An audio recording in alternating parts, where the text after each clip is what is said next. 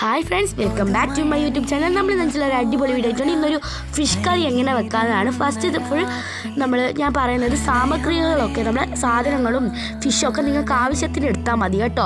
ഞാനിനി കാണിക്കുന്ന എല്ലാ സാധനങ്ങളും നിങ്ങൾക്ക് ആവശ്യത്തിന് എടുക്കാം. ഫസ്റ്റ് മല്ലിയില, കറിവേപ്പില, പറങ്കി മുളക്, ചെറിയ ഉള്ളി, വെളുത്തുള്ളി, ഇഞ്ചി, പച്ചമുളക്, തക്കാളി, കുരുമുളക്, പുളി,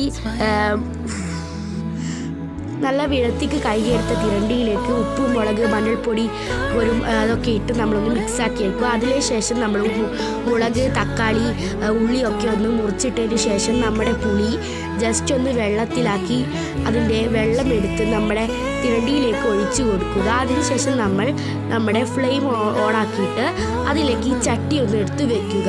അതിനുശേഷം നമ്മൾ ചെയ്യേണ്ടത് മല്ലിച്ചപ്പ്, കറിവേപ്പില, കുരുമുളക്, വെളിച്ചെണ്ണ എന്നിവ തിരണ്ടി നന്നായി വരുന്നതിന് ശേഷം ഇട്ട് അടുപ്പിൽ നിന്ന് വാങ്ങാവുന്നതാണ്. അപ്പോൾ എല്ലാം ട്രൈ